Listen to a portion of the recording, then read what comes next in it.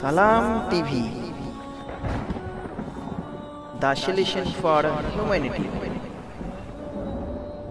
আসসালামু আলাইকুম ওয়া রাহমাতুল্লাহি ওয়া বারাকাতুহু। আলহামদুলিল্লাহি ওয়াহদা ওয়াসসালাতু ওয়াসসালামু আলা মান লা নাবিয়্যা বা'দা ওয়া আলা আলিহি ওয়া সাহবিহি ওয়া মান ওয়ালা। সম্মানিত দর্শক শ্রোতা ভাই ও বোনেরা, এই পবিত্র যুলহিজ্জা মাসে, অত্যন্ত মোবারকময় মাসে একটি গুরুত্বপূর্ণ মাসআলা আমরা আজকে আলোচনা করার জন্য আপনাদের সামনে হাজির হয়েছি। আশা করি এই মাসআলার মাধ্যমে আমরা আল্লাহর দ্বীন সম্পর্কে একটি গুরুত্বপূর্ণ বিষয় জানতে পারবো ইনশাআল্লাহ। আজকের আলোচনার বিষয়টি হলো কাইফিয়াতু তাকসিমে লাহমেল উদহিয়া ওয়া ইদ্দাখারুহু, কোরবানির পশুর গোশত বন্টন পদ্ধতি, এবং এটা কয়দিন রাখা যাবে, কয়দিন রাখা যাবে না, কয়দিন খাওয়া যাবে, কয়দিন খাওয়া যাবে না, বা গোশতটি কিভাবে বন্টন করতে হবে, শরীয়তের নীতিমালা কি, এটি জানা আমাদের খুবই জরুরি। গোশত বন্টন পদ্ধতি সম্পর্কে আমরা কোরআনে কারিমের একটা আয়াত পাই, সূরা আল হজ্জের 28 নম্বর আয়াত। আল্লাহ সুবহানাহু ওয়া তাআলা ইরশাদ করেন, ফাকুলু মিনহা ওয়া আতইমুল বাঈসাল ফাকির, তোমরা আল্লাহর উদ্দেশ্যে যেই কোরবানি করবে, ফাকুলু মিনহা, এই কোরবানির পশু থেকে তোমরা নিজেরা খাও, ওয়া আতইমুল বাঈসাল ফাকির, এবং দরিদ্র অসহায় মানুষগুলোকে খাওয়াও। তাহলে এখানে আল্লাহ পাক দুটি নির্দেশ দিয়েছেন, একটা হলো নিজেরা খাও, আরেকটি হলো দরিদ্র অসহায় মানুষকে খাওয়াও। তাহলে খাওয়া এটাও ইবাদত, খাওয়ানো এটাও ইবাদত, দুইটাকে আল্লাহ পাক নির্দেশ দিয়েছেন।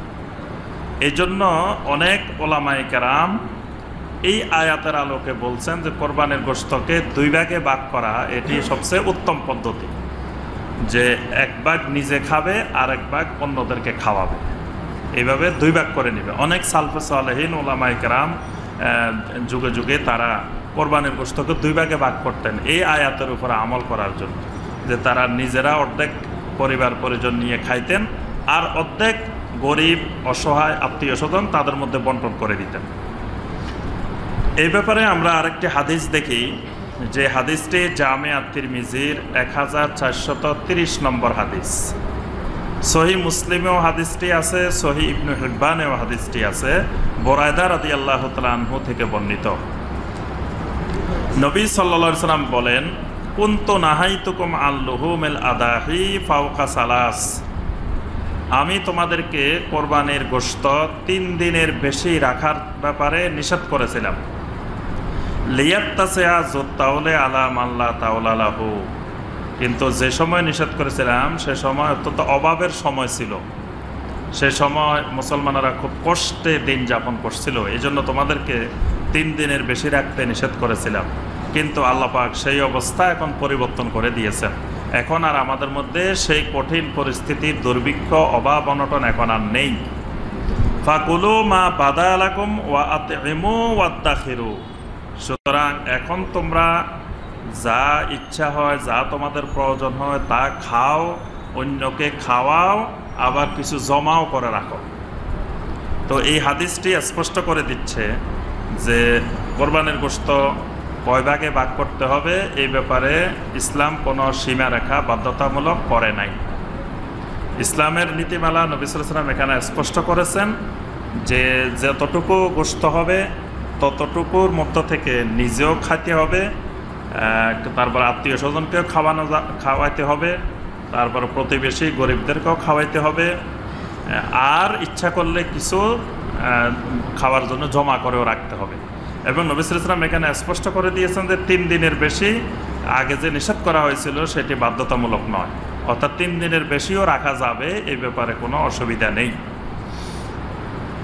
নবী সাল্লাল্লাহু আলাইহি ওয়াসাল্লামের এই হাদিসের উপরেই সাহাবায়ে কেরাম এবং যুগে যুগে আহলুল ইলমেরা আমল করেছেন, অর্থাৎ এই ব্যাপারে কোনো সুনির্দিষ্ট বাধ্যতামূলক কোনো নীতিমালা আরোপ করা যাবে না। তবে সালফে সালেহিনদের কেউ কেউ এটাকে 3 ভাগ করাকে উত্তম মনে করেছেন।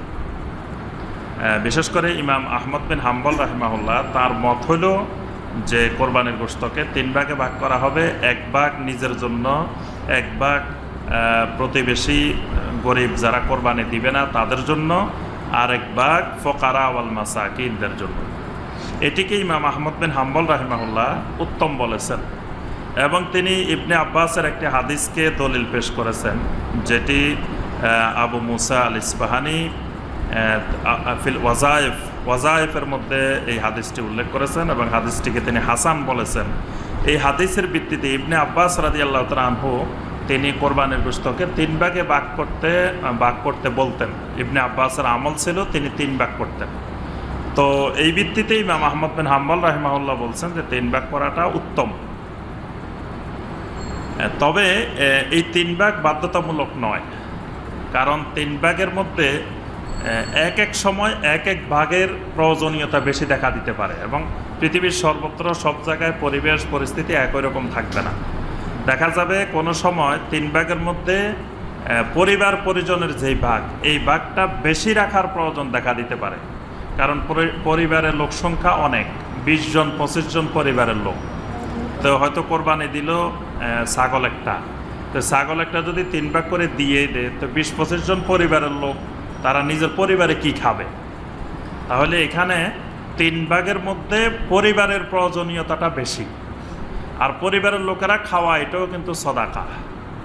তাহলে পরিবার না খেয়ে 3 ভাগ করে দিয়ে দিতে হবে, ইসলাম এই জন্য সীমারেখা আরোপ করে না। এক্ষেত্রে 3 ভাগের মধ্যে বেশিরভাগ পরিবারের জন্য রাখবে আর 2 ভাগ অল্প অল্প করে সদাকা করবে, আত্মীয় স্বজনকেও দিবে, তার প্রতিবেশীকেও দিবে, ফকির মিসকিনকে দিবে। আবার কোনো সময় দেখা যাবে প্রতিবেশীর অধিকার বেড়ে যাবে, যে দেখা যাবে প্রতিবেশীর কেউ কোরবানি দেয় নাই, শুধু আমি একজনে কোরবানি দিছি, তাহলে প্রতিবেশী সবাই হক তখন 3 ভাগের 1 ভাগে সীমাবদ্ধ নয়, তখন একেবারে 10 ভাগের 9 ভাগে প্রতিবেশীকে দিয়ে দিতে হবে, আমি 1 ভাগ খেতে হবে। এখানে প্রতিবেশীর প্রয়োজনীয়তাটা তখন বেশি। আবার অনেক সময় দেখা যাবে আত্মীয় স্বজনের প্রয়োজনীয়তাটা বেড়ে যেতে পারে, যে আমার প্রতিবেশী, আমি যেখানে ঢাকা শহরে বসবাস করতেছি এখানে সবাই কোরবানি দিছে আশেপাশে, কিন্তু আমার আত্মীয় স্বজন যারা গ্রামে আছে গরিব, তারা হয়তো কোরবানি করতে পারে না, কেউ কোরবানি করে না, আমি একজনে করছি। তাহলে এখানে 3 ভাগ যথেষ্ট নয়, এখানে ওই আত্মীয়র হকটাই 10 ভাগের 9 ভাগ চলে যাবে ওই আত্মীয়তার হকের মধ্যে।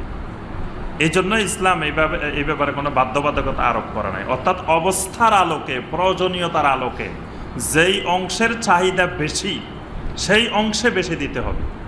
যেমন বর্তমানে বন্যার্ত এলাকা, বাংলাদেশের বিভিন্ন অঞ্চল এখন বন্যার পানিতে ডুবে আছে, অসংখ্য অসহায় দরিদ্র গরিব মানুষ ভাই বোনেরা কষ্ট করতেছেন। এখন আমরা এই কোরবানির গোশত যদি বড় বড় ফ্রিজ কিনি, এবং কোরবানি আসলে আমাদের ফ্রিজের অফার শুরু হয়ে যায়, এবং এই বছর বিশাল কত লক্ষ ফ্রিজ কিনে, আর ওই দিন দেখলাম যে পত্রিকায় যে এত লক্ষ ফ্রিজ এই বছর বিক্রি করার তারা টার্গেট নিয়েছেন। তাহলে কোরবানির সাথে ফ্রিজের একটা গভীর সম্পর্ক, কারণ হলো দীর্ঘদিন এটাকে জমা করে রাখতে হবে, এজন্য ফ্রিজের সম্পর্ক আসছে। তাহলে এই বছর কিন্তু বেশি জমা করে রাখা, ফ্রিজে রাখা যাবে না। এই বছর ওই 3 অংশের মধ্যে যে অসহায় মানুষের অংশটা বেড়ে যাবে, কারণ এই বছর অসংখ্য অসহায় ভাই বোন কষ্ট করতেছেন, তারা ঠিকমতো খাবার পানীয় এগুলো পাচ্ছেন না। তাহলে আমি কোরবানির গোশতগুলো নিজে অল্প রেখে আমি বেশিরভাগ ওই অসহায় মানুষের কাছে পৌঁছাই দেওয়া, এবং শুধু গোশত বাটাই দিলাম তো গোশত খেয়ে কি তাদের জীবন যাবে? পাশাপাশি চাউল ডাউল যা যা লাগে এগুলো সহ দিয়ে দিলাম, তাহলে অসহায় মানুষের সাহায্যও হলো, পাশাপাশি কোরবানির গোশতের বন্টনটাও ভালোভাবে হলো। এই জন্য 3 ভাগের মধ্যে আমরা নিজেদেরকে সীমাবদ্ধ না রাখি, যে যেখানে যতটুকুর প্রয়োজনীয়তা বেশি। এই জন্যই হানাফি মাযহাবের উলামায়ে কেরাম অনেক সুন্দর সমাধান দিয়েছেন এই ব্যাপারে। হানাফি মাযহাবের উলামায়ে কেরাম বলছেন যে আন্নাহু ইয়াজুজু লিল মুদাহি আন ইয়াতাসাদ্দাকা বিমা ইয়াশাউ মিন উদিয়াতিহি কামা ইয়াজুজু লাহু আন ইয়াদাখারা মা ইয়াশাউ মিন হালি আয়ালি।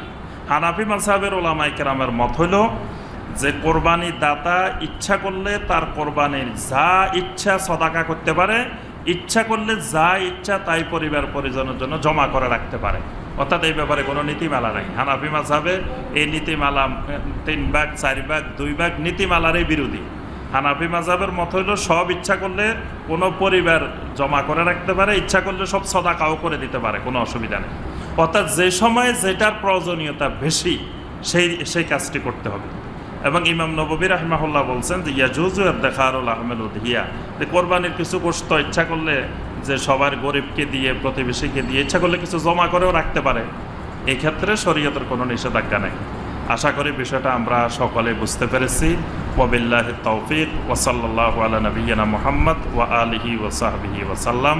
ওয়াসসালামু আলাইকুম ওয়া রাহমাতুল্লাহি ওয়া বারাকাতুহু।